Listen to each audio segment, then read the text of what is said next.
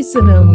Welcome back. Thank you. Thank you for joining me again. Yeah, I'm happy to be back. I'm very happy you're back, and people also wanted you to come back, so I'm glad Good. that I'm glad. you are here. So, as you know, we start off with a rose and a thorn of the week. I'll go first to give you time to think. My rose is that I did my hair yesterday, and I feel like every time I go do my hair in the beginning of the year, I'm like, I want to go blonde. And then at some point, I'm like, blonde doesn't look nice because it's very high maintenance, and then your hair ends up looking dead and dirty. So I did it darker again. I'm very happy with how it looks. And my thorn is that I woke up with a sore back because I didn't sleep properly last night, and this is the tea. This is the tea. Yeah, this is the tea. And how was your week? What's your rose and thorn? Yeah, my week was good. I think my rose would be, it's currently Navratri. So I've been doing a lot of Garba every night, which is something that, but it's something I haven't done in years. So I'm just excited to have gotten back into it, and I feel connected spiritually. And then my thorn would be that it's summer. I do not like summer? No, I don't like the hot weather. Okay, I don't know why I'm surprised. I also don't. It looks nice, but I don't like feeling hot. Yeah. I always say winter is better because you can keep yourself warm. Exactly. You can't keep yourself cool. You're just always hot. Yeah. I feel you. I feel you. So how has it been since I last saw you? Like, has anyone from the podcast contacted you, or has anyone come to the practice? Anything like that? So a lot of DMs around the podcast. Okay. And what people thought and what they would like for us to kind of address this time. I think the response was good. Do you want to go first on some of those things that maybe you want to discuss? Okay. And then maybe I have the same things in questions here. Yeah. So we can just work like that. Yeah.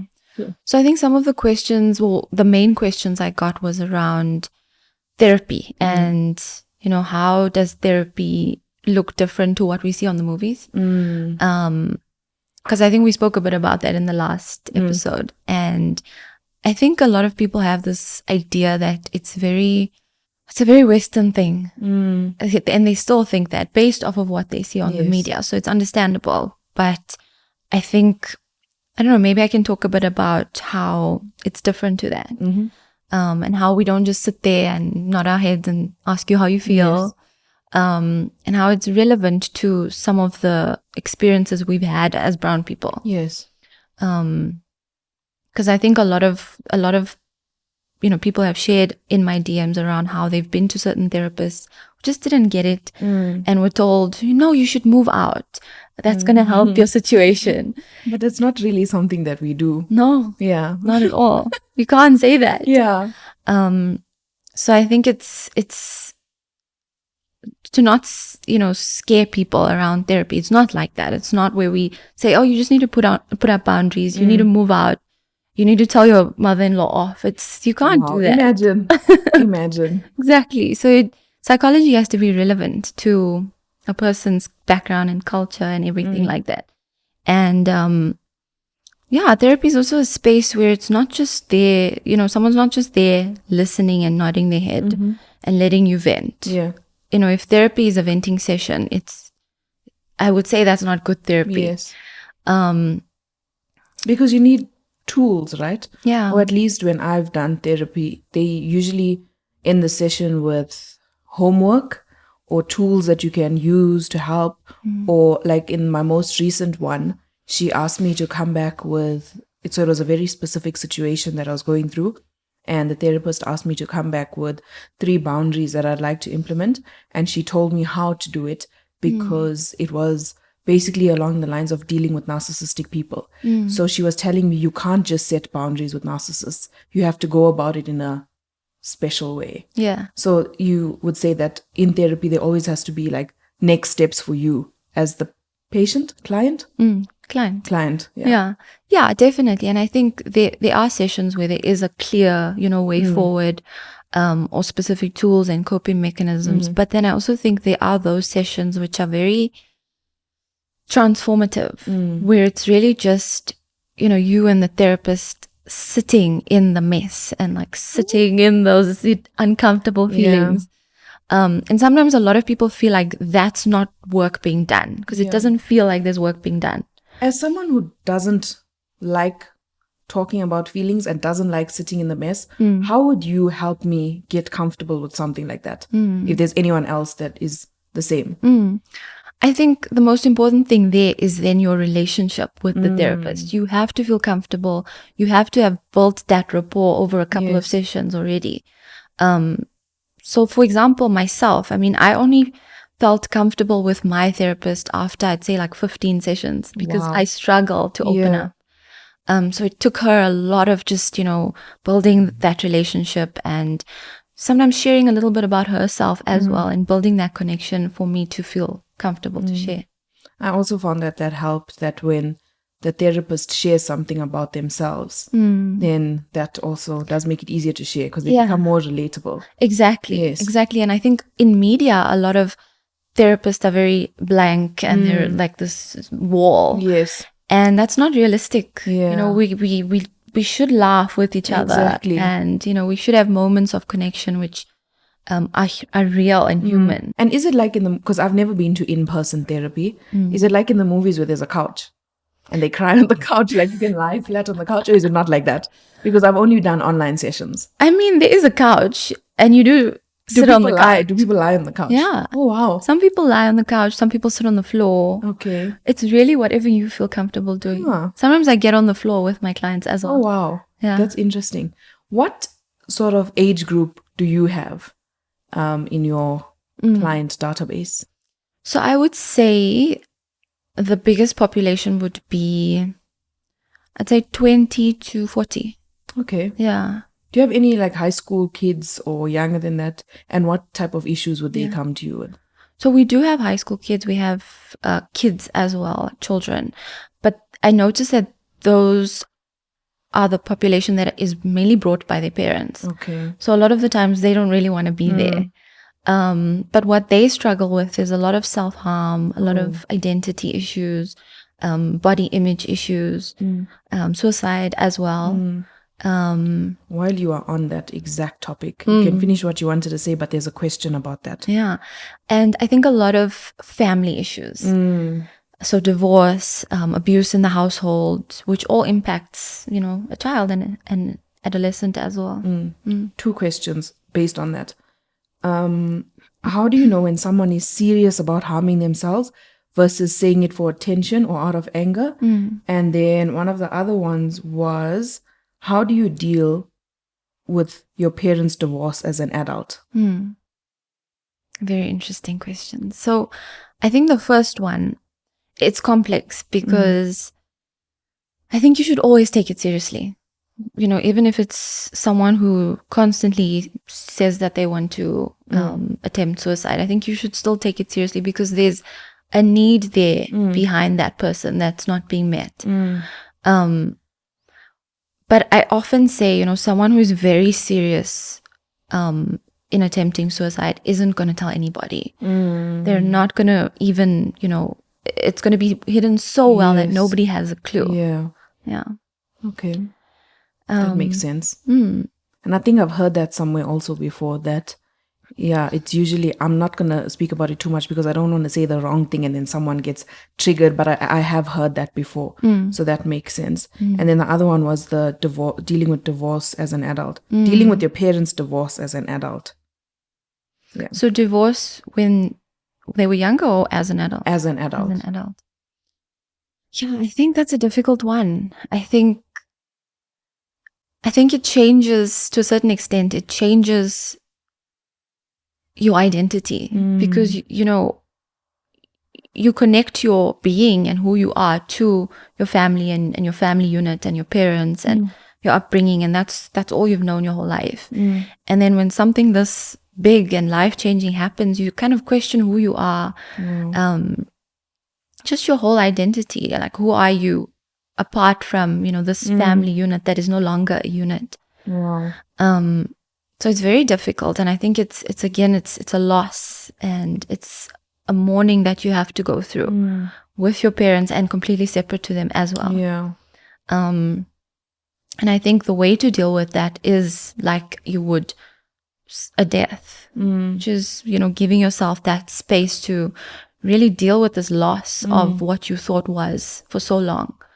And just kind of figuring out who you are separate from this family unit. It's so interesting that you said those things because, again, like in the movies, you see that sometimes when the children are adults dealing with their parents' divorce, it's like whatever. But it looks like, obviously, in the movies that it impacts children more. But now that you're saying this, it does make a lot of sense because that's who you are. You are defined sort of by your family and your parents. Yeah.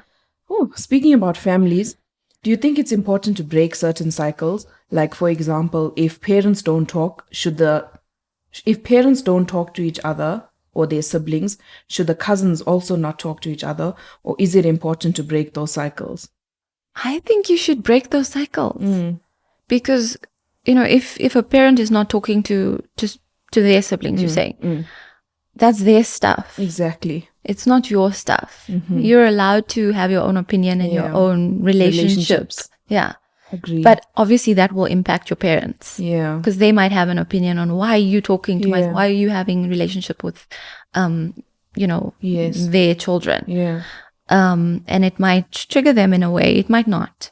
I guess it just depends. But again, I think they should respect that you have your own relationships and your own mind.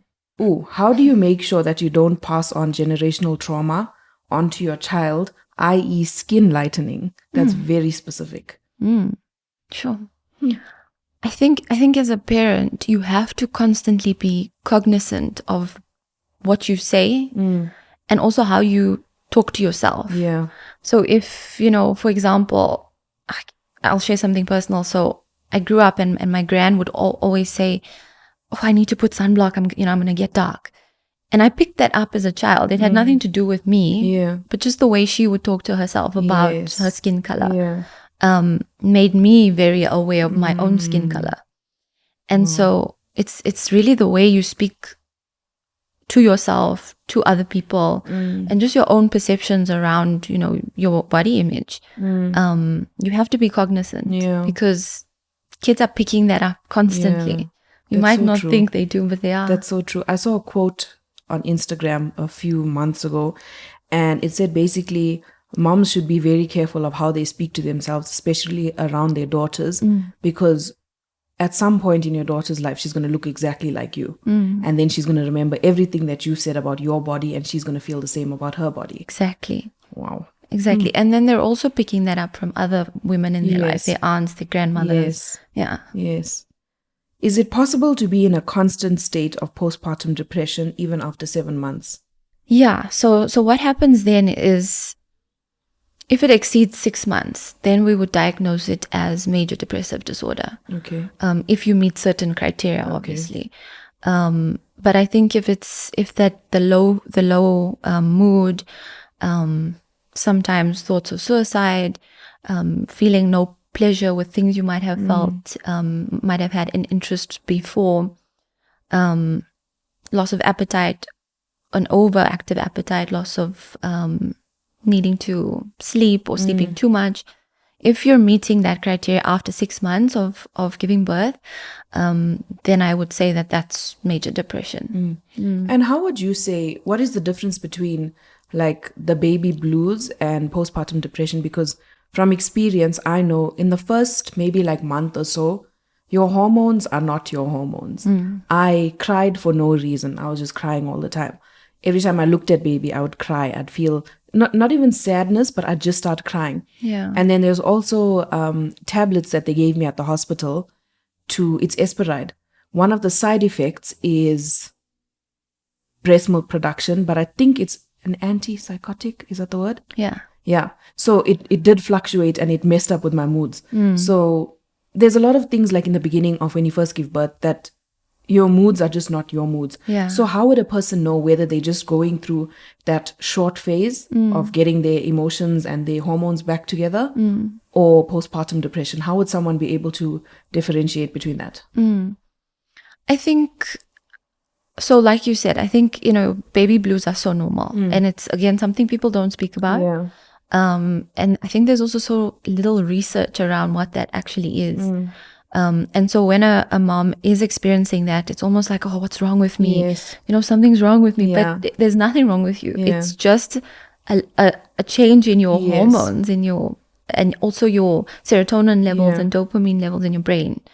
But I think to differentiate that with postpartum depression, I think, again, you'd have to meet specific criteria for postpartum depression, which, again, is very similar to major depression. So you have had to have had a low mood for every day or most days for 6 months straight. Again, there are thoughts of suicide. There are thoughts of harming the baby. A lack of interest in anything that you once enjoyed. Do you think it's a bit dangerous to only diagnose someone after 6 months, especially if they've been having thoughts of harming themselves or the baby? Or how does that work? Because 6 months does seem like a very long time for someone to be struggling with something by themselves. It is. And I think this is where I feel like there's so many issues with regards to diagnosis. Because we're taught a very Western manual to follow. And like you said, I mean, so much can happen in that 6 months. Someone can harm their baby in that 6 months. So I think, again, as a practitioner, you have to use your discretion. And you really have to see how severe it is. Because even if it's not extending or reaching that 6-month period, if there are thoughts of harming a baby, you have to intervene immediately. Wow. Sure. How to keep your marriage strong after a baby? I'm going to say at some point, you guys need to go back to having date nights. That's something that I have learned. You have to prioritize your marriage, and the baby is important, and we all love new babies and they're so cute, but you also have to prioritize your marriage. I don't know if you can add technical, scientific information to that. But I think you're spot on. I think that's the main and the most important thing. Because I think it's so easy to not prioritize your marriage because you're taking on so many roles. Yes. You're not only just a mom. Yeah. You might be working, you might be, a homemaker. There's so many things that you have to do that sometimes you can become complacent. Yeah. And I'm not saying do it like the next day after you've given birth. You obviously need time, but like 3 months, 4 months, even if it's not like a full-blown date night, like going for coffee. Yeah. Just start small and do small things, you know? So just to add to that, I think check-ins are important. Yes. So, even if it's once a week, just, get some coffee and sit down and ask each other, how was your week? We ask each other, how's your love tank? Is it full? Is it empty? Yeah. Those check-ins are very important. So important. Very important. So important. And I think in those moments, you can just connect. Yeah. Wow. I was going to say, even if you don't want to leave the premises, so for example, if you live in an estate or a complex, and if you have someone watching the baby, even if you're partner and you just go for a walk, like just to get away from the baby bubble and just spend time with you and your partner alone, that's very important. Yeah. How do you break away from an addiction to food? Sure. Okay. This one's very, very complex. Okay. And I think it's complex because the root of the issue is very nuanced. So I think culturally, we, as brown and black people, we come from cultures that prioritize carbs. Yeah. And we grow up like that. And so it's so ingrained in us that, we have to have a carb within our meals. Yeah. But I also think then there's a level psychologically, it links back to your relationship with your mom. So if something went wrong within that relationship, then something will go wrong in your relationship with food. Wow. And why this happens is because the mom is the nurturer and food brings nurturance. And so again, if there's something, amiss in that relationship, whether it's the attachment, it could be a really small thing, you will then look to food for nurturance. Wow. Are you mind blown, Joseph? Wow. I never thought of it like that. And the more you sit and think about what you said, the more it makes sense. Wow. Why do men cheat and why do women encourage them to cheat, even though they know that they're both in a relationship? I think it should be why do people cheat, not why do men, because I think women also cheat. But I think in her situation, she's specifically saying, why do women encourage men to cheat? That's Do women an odd encourage one. men to cheat? I don't know any woman that encourage their men to cheat. Yeah, I don't think so. Okay, let's rephrase. Why do people cheat? Why do you think people cheat? So I think on a very basic level, their needs are not being met. So But- then leave. Why stay in the relationship and cheat? Exactly. But I think also saying that their needs are not being met is now blaming the other partner. Yeah. Which I don't like to do. Yeah. On a deeper level, I think why somebody cheats is because they already are feeling inadequate. They already come into that relationship feeling or not having a fully built self-worth, basically. And so they will constantly look for validation in other people. Validation from their partner is never enough. Yeah. And I think that is the reason why people cheat. Does childhood trauma ever go away? I'm constantly triggered by little things. Honestly, I don't think it ever fully goes away. I think we can work on it as much as we can. I think, therapy is a great place to be able to deal with some of these things that we've dealt with in childhood. But I think it's a conscious decision every day to do differently or to break that cycle or to make a different decision. So it's a lot of work. And I think for the rest of your life, you have to be conscious of these things, of your patterns, of the way you show up in relationships based off of your childhood trauma. So I don't think it fully ever goes away. Interesting. Next question is something that irritates me in movies, in reality shows, in dating shows. I'm like, why do you wait until you're married to discuss this? How do you tackle if your spouse doesn't want children when you're married for 5 years? This thing irritates me when I see it in movies. I'm like, guys, could you not discuss this before? Yeah. That's the thing. You have to have these discussions before you get married. Exactly. You have to talk about kids. You have to talk about finances. Yeah. That's also another thing I'm noticing. A lot of people don't speak about finances. It's so weird. Only after they get married and then something happens and then they're like, oh no, what do we do? Also, like, speak about divorce. Yeah. Like, what happened? What is something that you would get divorced over? Yeah. Sure. These conversations have to happen. It's so important also. So maybe let's give them the benefit of the doubt that they discussed it before they got married and then the husband changed his mind. So how would this person tackle that? Because it's also not fair on her because she went into assuming that they did discuss it before. Yeah. Yeah, because they went into the marriage assuming they'll have kids and then the husband changed his mind. Yeah, I think that's very unfair that, he would change his mind in that way. But also, I mean, if that's the way he feels, that's the way he feels. Yeah. But I think in making that decision, you're not making that decision alone. You should be making it together. Yeah. Because you are in a partnership. So I would say it is quite unfair to have made that decision on his own. Yeah. But let's say that does happen. I think the only way forward is then for you to decide what you want for your life. Whether it's worth it staying with your husband for the rest of your life and not having kids or getting out of that marriage. Yeah. Wow. I have an avoidant attachment style while my boyfriend has an anxious attachment style. We love each other and want to get married one day. What advice can you share to help us when we do get into arguments and to meet each other's needs? What are attachment styles? And then can go into the question. Okay. So we all have an attachment style based off of how we attached to our primary caregiver. So if our primary caregiver was very distant to us and didn't really connect with us emotionally, then we would have an avoidant attachment style, which means that we ourselves would then be very distant in our romantic relationships.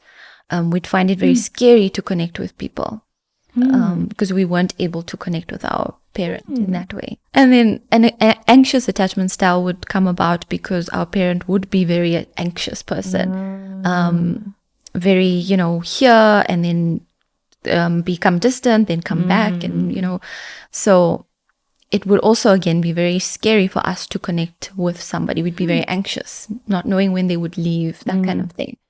But if our parent was very secure and gave us a very secure childhood, which is very uncommon, almost nobody has a secure attachment style, you'd be secure. And then there's insecure attachment style, which is very similar to an anxious attachment style, but it's a bit more severe, where you're just very fragmented as a being, and you can't connect to people, and it's very, very difficult. Wow. Yeah. I learned something new today. Wow. And then her question was, what advice can you share to help us when we do get into arguments, and how to meet each other's needs? So I think the avoidant and anxious people are always attracted to each other, because the avoidant one yearns for love and attention, which the anxious one can usually give. And then the anxious one would usually yearn for more of the distant love because they didn't receive that as a child, if that makes sense. So it's usually a very common relationship dynamic. But how to deal with that is, firstly, you have to be aware that this is what's going on. So both people need to own that that's their attachment style. But that doesn't mean that this is something that they have to deal with for the rest of their lives. They can work on that. Again, therapy. Let's get to the root of where this attachment style is coming from, and how can I heal that? Yeah. Because in healing that, you're then able to come together and have a very healthy relationship. Otherwise, it is going to be very toxic. Yeah. There's always going to be this push and pull and this power dynamic. But again, I think practically what you can do is just be very honest about your needs. What do you need them to do more of or less of? And vice versa. I think that helps a lot. So communicate. Yeah. How do I figure out if a family is enmeshed or not before getting married? Yeah. But if they are enmeshed, would you then decide not to be with them? Good question. Good question. So I think enmeshment looks like a very, very close relationship. Closer than what would be seen as normal. There is no separation between mom and son, for example. You can't function without that person telling you or making decisions for you. That's enmeshment. It's very, very, it's a very close relationship, almost like codependency. It's codependency, yeah. Where you can see it's unhealthy. Yeah. How do I get rid of the physical symptoms of anxiety, like palpitations? There are supplements you can take. I like to often recommend ashwagandha because it's herbal. But go to therapy. Yeah. Deal with the issue. Yes. Because you're going to have heart palpitations. Yeah. You're going to have symptoms of anxiety unless you deal with what's actually going on. And with anxiety, there's, in a very simplified way, anxiety is a need that is not being met in your inner world, whatever that is. Yeah. You have to figure out what that is. Interesting. How do we deal with sexual abuse we experienced as a child and never told anyone? I've heard this so many times and seen it so many times. How does someone deal with that? I mean, firstly, that's really difficult. And I think it needs empathy, and it just needs you to be kind to yourself. I know that's an oversimplification, but you've gone your whole life avoiding this or not addressing it and going on with, your day-to-day, that there's a part of you that was deeply, deeply wounded and deeply hurt, that it needs to be taken care of. And also, I think it's important to acknowledge that it wasn't your fault. Yeah.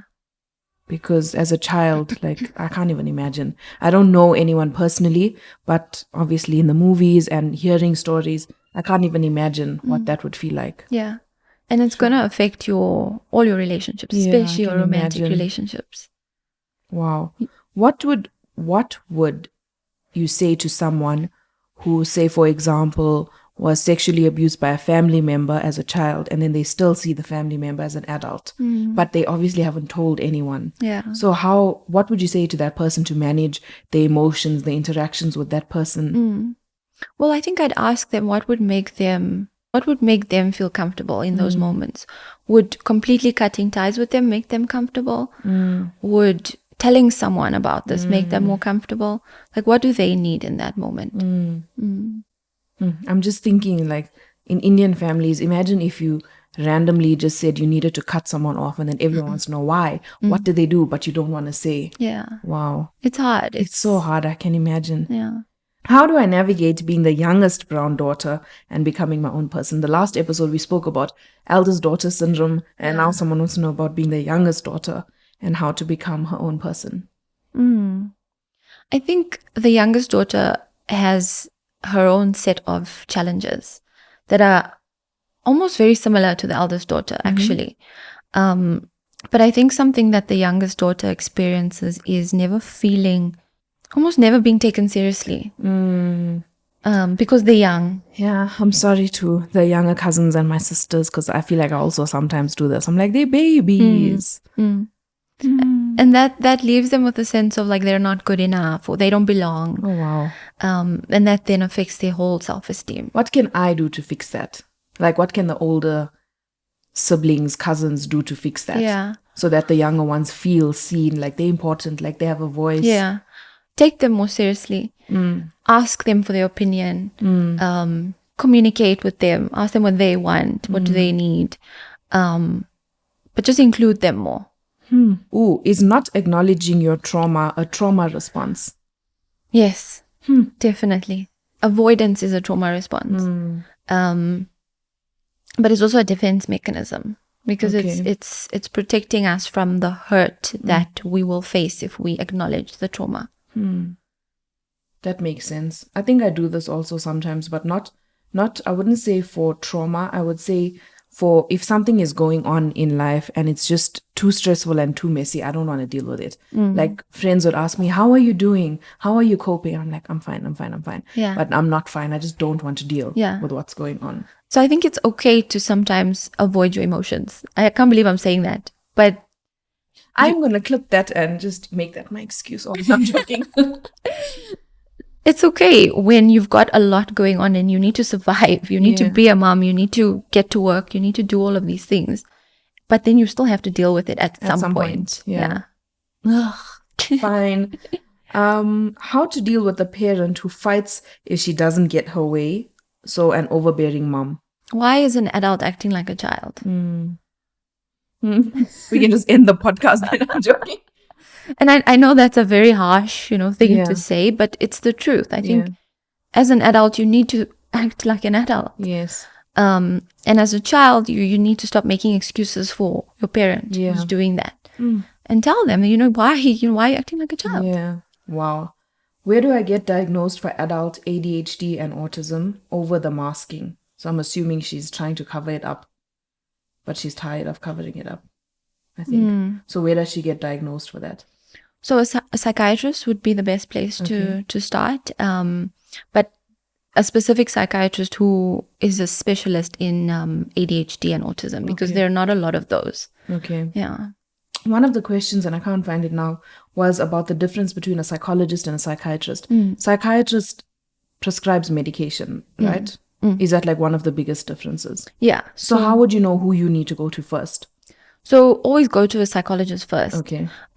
Because meds should be the last resort. Okay. It's case specific, but so a psychiatrist is a medical doctor that specializes in the brain. So yeah, they specifically deal with medication and they can't do therapy. Okay. So as a psychologist, we try to deal with the core of what's going on instead of putting a band-aid over it, because with medication, you can take medication and your symptoms will get less, but you still haven't dealt with the issue. Coping mechanisms for dealing with a narcissistic father. I always say with a narcissistic person, you need to cut off the supply. You need to cut off the narcissistic supply. This doesn't mean cutting them off, but it means not giving into their ego. Yeah. Almost. If they, for example, want to control you, don't let yourself be controlled. Easier said than done, but it's almost like cutting off what is feeding their narcissism. So whatever that is, whether they feel joy from controlling you or putting you down don't let them do that. Whatever that means for you. How do you stop a 3-year-old from crying constantly?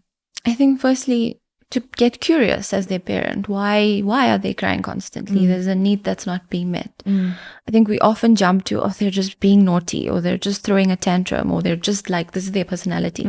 It's coming from somewhere. It's not just, they're not born like that. They might have been born colic or whatever, but if they're 3 years old, it's a need that's not being met. So you have to figure out what's under that need and attend to that. And how would they go about doing that?